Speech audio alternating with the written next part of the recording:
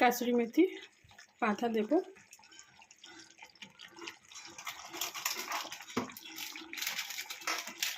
আর সাথে একটু মিট মশলা।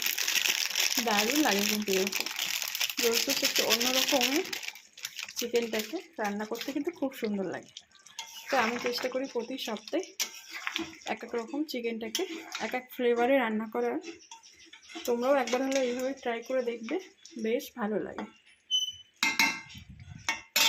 আর তোমরা আমাকে এতটা ভালোবাসা দেওয়ার জন্য অসংখ্য ধন্যবাদ বন্ধুরা।